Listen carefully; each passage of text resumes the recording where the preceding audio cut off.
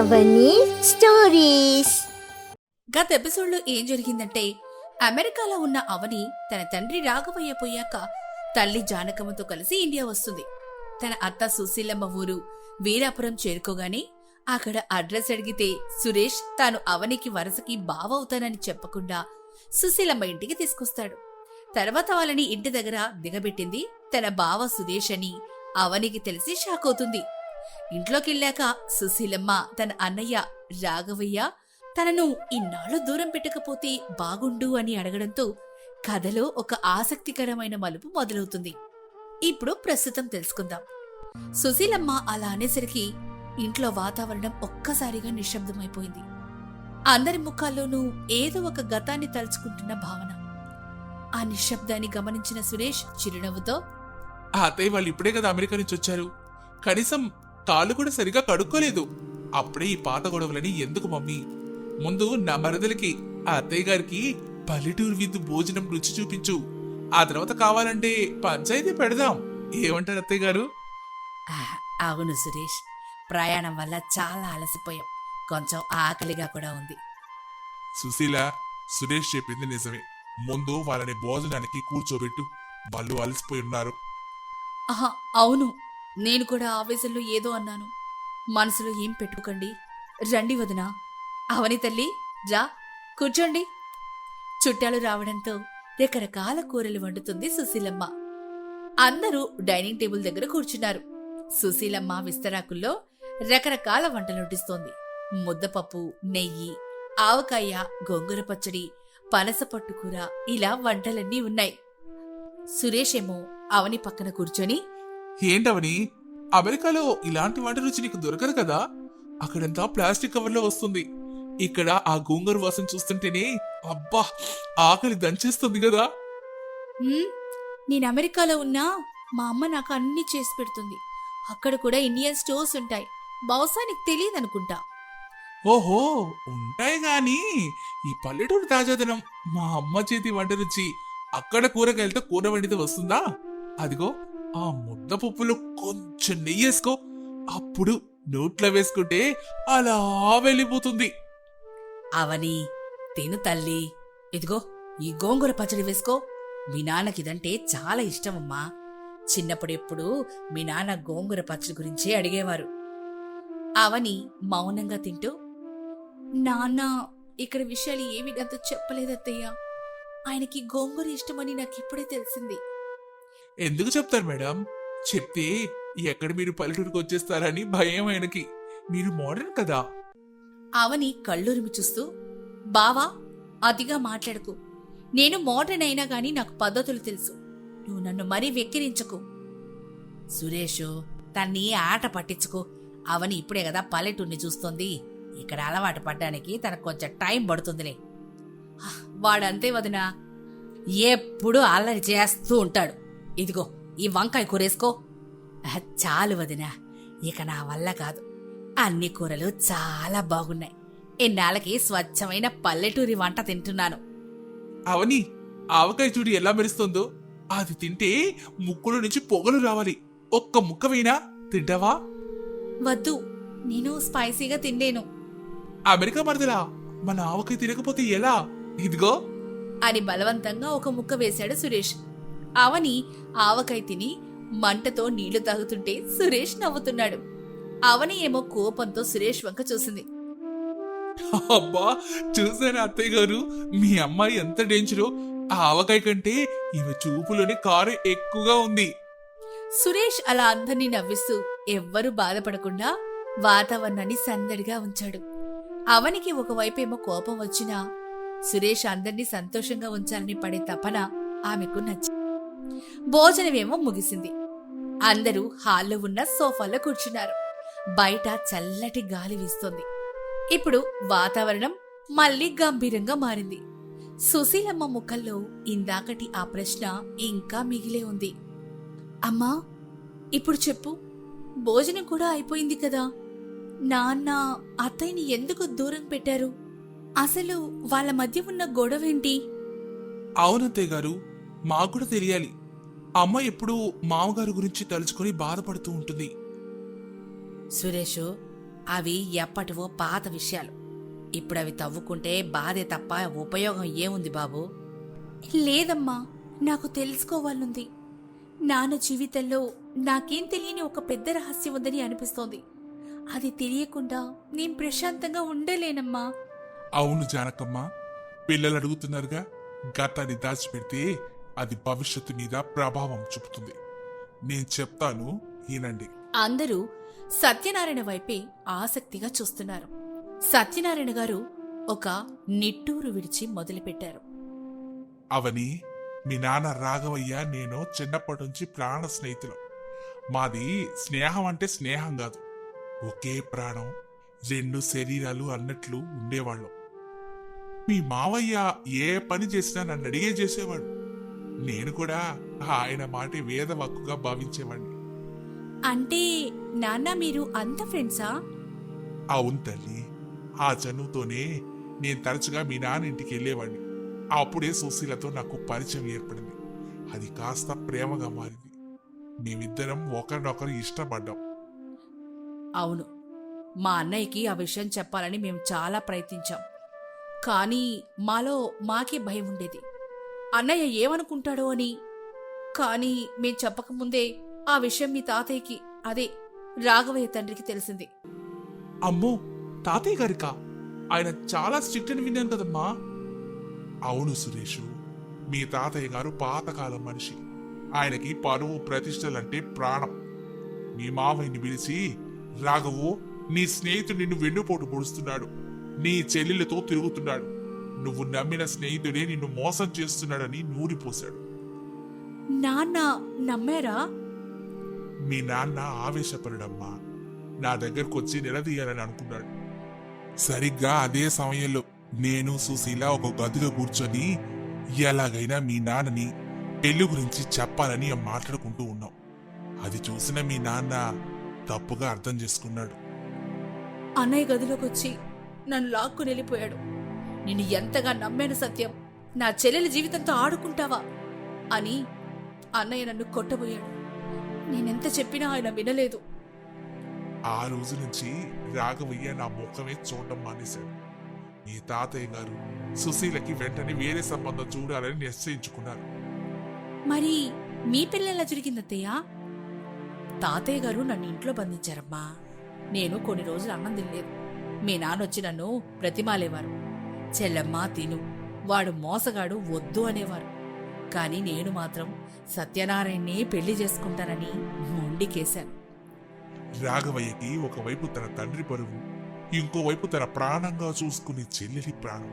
ఆ రెండింటి మధ్య ఆయన బాగా నలిగిపోయాడమ్మా. మీ తాతయ్య గారు మాత్రం ససేమిలో ఒప్పుకోలేదు. సుశీలమ్మ కాసేపు ఏడుస్తూ ఉండిపోయింది. జానకమ్మ ఆమెను ఓదార్చింది. అవని మరియు సురేష్ ఆ కథలో లీనమైపోయారు. మరి తర్వాత ఏం జరిగింది నానా? మావయ్య ఎలా ఒప్పుకున్నారు? రాఘవయ్య ఒప్పుకోలేదు సురేషు. కానీ ఆయన తన చెల్లెలి బాధ చూడలేకపోయాడు. ఒకరోజు అర్ధరాత్రి మీ మావయ్య రహస్యంగా నన్ను కలవడానికి వచ్చాడు. ఆయన చేతిలో ఒక సంచి నిండా డబ్బుంది, వెంట సుశీల కూడా ఉంది. నాన్న డబ్బులిచ్చారా? ఏంటి మావయ్య? అవునమ్మా, ఆయన కళ్ళల్లో నీళ్లున్నాయి. సత్యం, నా తండ్రి పరువు కంటే నా చెల్లెలి ప్రాణం ముఖ్యం. తాను నువ్వు లేకపోతే బ్రతకలేనంటోంది. కాని మా నాన్న మీ పెళ్లికి ఎప్పటికి ఒప్పుకోరు. మీరిప్పుడే ఊరు వదిలి వెళ్ళిపోండి. సుశీలని జాగ్రత్తగా చూసుకో. ఇదిగో ఈ డబ్బుతో ఎక్కడైనా బ్రతకండి అని సుశీలని నాకు అప్పగించాడు. అన్నయ్య నన్ను హత్తుకుని ఏడ్చేశాడు. నాకు నువ్వు దూరం అవుతున్నావు సుశీల, కాని నువ్వు సుఖంగా ఉండాలి అని నన్ను అక్కడి నుంచి పంపించేశారు.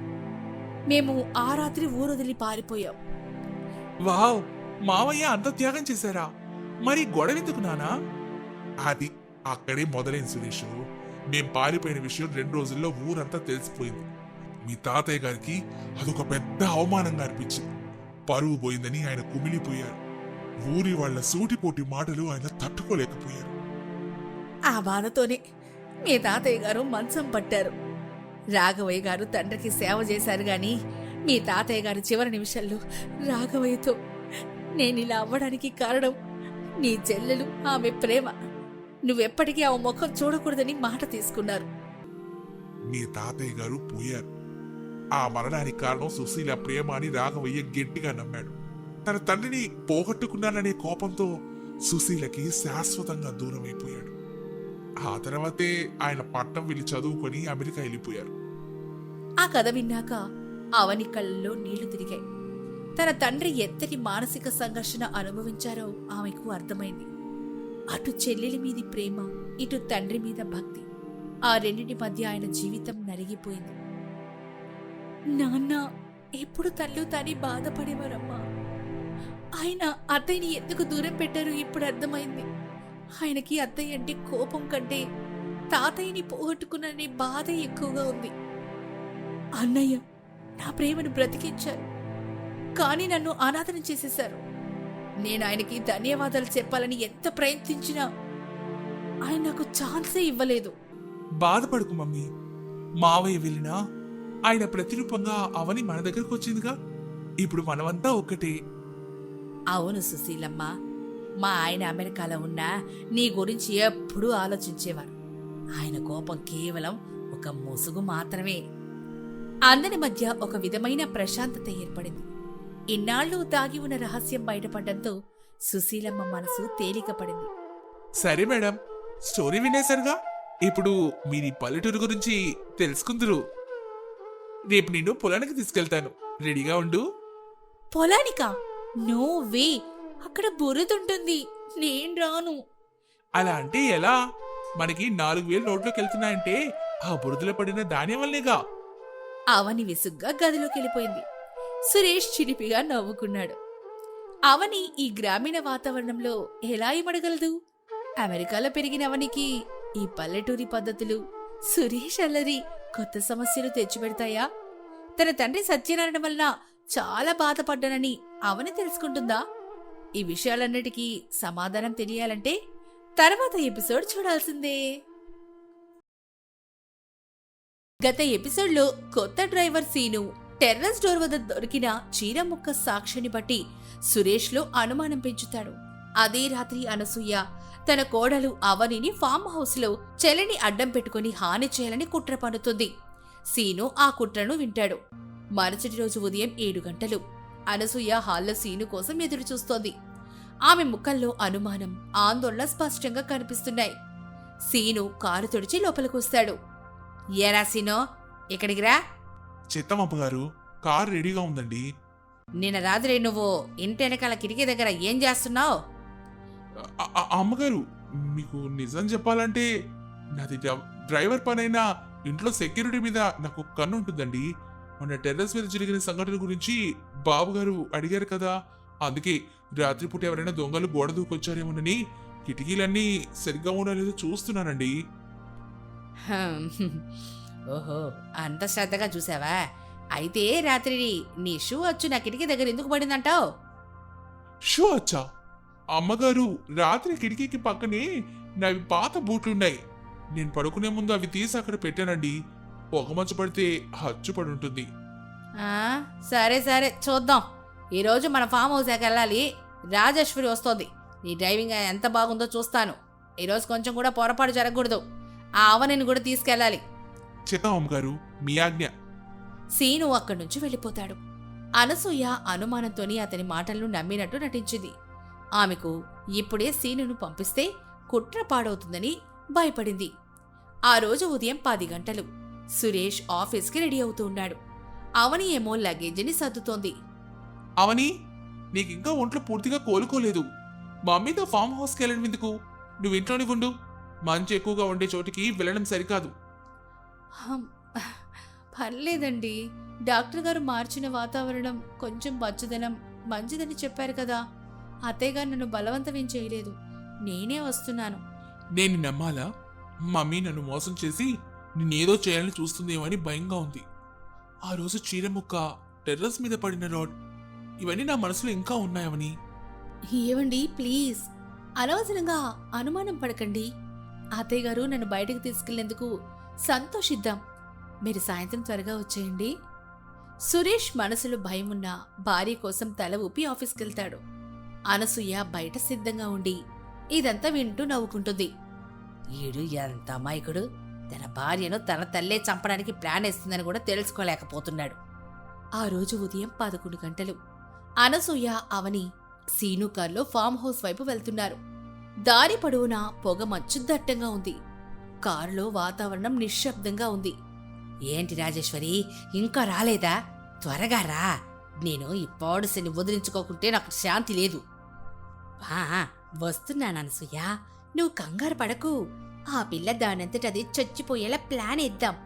సురేష్ నిన్ను అనుమానించకుండా ఉండాలి. అవని వెనక సీట్లో కూర్చుని వణుకుతూ ఉంటుంది. చలి వల్ల కాదు, భయం వల్ల. సీను అద్దంలో వెనక్కి చూస్తాడు. అవని ఏమో భయంగా చూస్తుంది. సీను ఒక చిన్న హావభావంతో ఆమెకు ధైర్యం చెప్పడానికి ప్రయత్నిస్తాడు. ఒక దగ్గర సీను కారు ఆపుతాడు. మంచు కారణంగా ముందేమీ కనిపించడం లేదు. అమ్మగారు, కొంచెం మంచు ఎక్కువగా ఉంది, ఒక్క నిమిషం కారు ఆపుతాను. ఏంటిది, మళ్ళీ నీతులు చెప్తావా నాకు? పద, త్వరగా ఎల్లు. సీను కారులో మ్యూజిక్ ఆన్ చేస్తాడు. ఒక పాత పాటని ప్లే అవుతోంది. ఆ శబ్దం అడ్డుగా పెట్టుకుని అద్దంలో అవని వైపు చూసి పెదవులతో సైగ చేస్తాడు. సీను అవని వైపు చూస్తూ పెదవులతో మాత్రమే, నేను రికార్డ్ చేశాను, నువ్వు భయపడకు. అవని కళ్ళు పెద్దవవుతాయి. ఆ రాత్రి అనసూయ మాట్లాడిన మాటలు సీను దగ్గర రికార్డ్ అయి ఉన్నాయని ఆమెకు అర్థమైంది. ఆమె ముఖంలో భయం పోయి ఆశ కలిగింది. అప్పుడు మనసులో అవని, ఇతను నిజంగా దేవుడే, ఈ కష్టం నుంచి నన్ను కాపాడడానికి వచ్చాడు. ఆ రోజు మధ్యాహ్నం 1 గంట ఫామ్ హౌస్కి చేరుకున్నారు. అది చాలా పెద్ద నిర్మానుష్యమైన ప్రాంతం. చుట్టూ దట్టమైన అడవి. రాజేశ్వరి కూడా అక్కడికి చేరుకుంది. హే అనసూయ, వచ్చేసావా? ఈ చలిలో ఈ దరిద్రాన్ని ఎందుకే తీసుకురావడం? తీసుకురాకపోతే సురేష్ నన్ను అనుమానిస్తున్నాడు, అందుకే నేనే తీసుకొచ్చాను. ఇప్పుడు ఈమెకి మనం ఏం చేస్తున్నామో తెలుస్తుంది. అత్తయ్య గారు, ఇక్కడ చాలా చలిగా ఉంది, నన్ను లోపలికి వెళ్ళనివ్వండి. ఉండు, నీకోసం ఒక ప్రత్యేకమైన స్టోర్ రూమ్ చూపించాలి. సీను, ఇక్కడ దగ్గరలో ఒక మఠం ఉంది, అందులో స్వామీజీ ఉంటారు. నా మోకాల నొప్పుల కోసం ఒక ప్రత్యేకమైన మందులు ఇస్తానని చెప్పాడు. గాని నువ్వు ఇప్పుడే వెళ్ళి ఆ మఠంలో వాటిని తీసుకొని మళ్ళా సాయంత్రం 6 గంటలకంతరా. చిత్తం అమ్మగారు, మీరు అడిగితే నేను అమెరికాకైనా వెళ్తాను, కానీ ఈ మంచులో ఒంటరిగా వెళ్ళడం కష్టం అండి. ఈ అమ్మాయి నేను మటన్ దగ్గరికి తీసుకుని వెళ్ళనా? నువ్వెళ్ళి పని చూసుకోరా, ఈమె నా పక్కనే ఉంటుంది, ఎల్లు. సీనుకి అది కుట్ర అని తెలుసు, కాని వెళ్ళక తప్పలేదు. అతను కారు తీసుకుని వెళ్ళినట్లు నటించాడు. కాని కొంచెం దూరం వెళ్ళాక కారుని దారి పక్కన ఆపేసి రహస్యంగా ఫామ్ హౌస్ వైపు నడవడం మొదలెట్టాడు. ఆ రోజు మధ్యాహ్నం 2 గంటలు ఫామ్ హౌస్ లోపల అనసూయ, రాజేశ్వరి అవనిని ఒక పాత నిర్మానుష్యమైన భవనం వెనకాలన్న మెట్ల దగ్గరికి తీసుకెళ్తున్నారు. అక్కడ ఒక ఇరుకైన గదుంది. అనసూయ, ఇదేనా నీ ప్లాన్? ఈ పాడు కోడల్ని నువ్వు ఈ గదిలో మరణించేలా చేస్తావా? అవును రాజీ, ఈ గదిని ఒకప్పుడు పాత వైన్ నిల్వ కోసం వాడేవాళ్ళం. ఇందులో హీటింగ్ ఉండదు, పైగా కిటికీలు లేవు. దీని లోపల ఉష్ణోగ్రత 0 డిగ్రీల కంటే తక్కువే ఉంటుంది. ఆ రోజు టెర్రస్ మీద బతికింది, ఈ రోజు బతకదు. ఈ చలికాలం యమపాసం అవుతుంది. అత్తయ్య గారు, ప్లీజ్ నన్ను వదిలేయండి, నేను మీకేం అన్యాయం చేశాను? ఏంటా అన్యాయమా? నేను చెప్పాలంటే నా గుండె ఆగిపోతుంది, కాని నీకు చెప్పకుండా చంపేయడం న్యాయం కాదు కదా. అనసూయ, రాజేశ్వరి ఇద్దరు కలిసి అవనిని బలవంతంగా ఆ చీకటి చల్లటి గదిలోకి నెట్టేశారు. అవని గట్టిగా అరిచింది, నన్ను వదిలేయండి, ఏవండి, నన్ను కాపాడండి. అనసూయ నవ్వుతూ తలుపుకి గడియేస్తూ, అరచి అరిచి గొంతు పోగొట్టుకో, ఇక్కడ ఎవరంటారు? నీ ప్రియమైన భర్త కూడా రేపొస్తాడు. అనసూయ, రాజేశ్వరి ఇద్దరూ అక్కడ్నుంచి వెళ్తున్నారు. గది లోపల అవని ముడుచుకొని చలికి వణికిపోతూ చావు బ్రతుకుల్లో ఉంది. ఆ రోజు మధ్యాహ్నం 2:30 గంటలు అనసూయ, రాజేశ్వరి మాట్లాడుకుంటూ ఫామ్ హౌస్ లోపలికి వెళ్తున్నారు. ఇప్పుడు ఈమె ఎప్పటికీ బయటికి రాదే, దానికి న్యూమోనియా ఉందని డాక్టర్ చెప్పాడుగా. ఇప్పుడు చలికి గడ్డగట్టుకుపోతుంది. మనం ఎవరికి తెలియకుండా ఓ వారం తర్వాత చూద్దాం, అప్పుడంతా యాక్సిడెంట్ అనుకొని నమ్ముతారు. సరిగ్గా చెప్పావు రాజీ, నా మనసు ఇప్పుడే శాంతిస్తోంది. అప్పుడే వారి వెనకాల నుంచి సీను నవ్వుతూ, వావ్ వావ్, అద్భుతం, ఒక అత్తగారు కోడల్ని చంపడానికి ఇంత పెద్ద కుట్ర పండుతారా? అనసూయ రాజేశ్వరి ఒక్కసారిగా ఉలిక్కిపడి, సీను నువ్వు ఇక్కడేం చేస్తున్నావురా? నువ్వు మఠానికి వెళ్ళలేదా? మఠానికా? మీ కుట్ర విన్నాక నేను మఠానికి వెళ్తే ఈ అమ్మాయి ప్రాణం ముక్కలయ్యేది కదా అమ్మగారు. నా దగ్గర మీ గొంతు రికార్డు ఉంది. అవని మేడని చంపడానికి మీరు చేసిన ప్లాన్ అంతా రికార్డ్ చేశాను. ఏం మాట్లాడుతున్నావురా? అబద్ధం. అబద్ధమా? వింటారా? తన ఫోన్ ఆన్ చేసి రికార్డింగ్ ప్లే చేస్తాడు. ఆ రాత్రి అనసూయ మాట్లాడిన మాటలు స్పష్టంగా వినిపిస్తున్నాయి. అనసూయ, ఇప్పుడు ఏం చేద్దాం? అనసూయ కోపంగా సీను వైపు చూసి, నీకేం కావాలరా? డబ్బులా? ఎంత కావాలి? ₹1,00,00,000 ఇస్తాను. ఆ రికార్డింగ్ నాకివ్వు. అమ్మగారు, డబ్బు నాకు కూడా ముఖ్యమేనండి. కానీ ఈసారి నేను డబ్బుతో పాటు ఇంకోటి కూడా కావాలనుకుంటున్నాను. ఏమిట్రా అది? మీ గర్వం పగలడం. ఈ నిజం సురేష్ బాబు గారికి తెలియడం. సీను వేగంగా వెళ్లి అవనిని బంధించిన గది తాళం పగలగొట్టడానికి ప్రయత్నిస్తాడు. సీను తాళం పగలగొట్టడానికి ప్రయత్నిస్తూ ఉండగా అనసూయ ఆవేశంతో అతని పక్కకొచ్చి, ఆగురా, నువ్వంత తేలిగ్గా శనిని బయటకు తీసుకురాలేవు.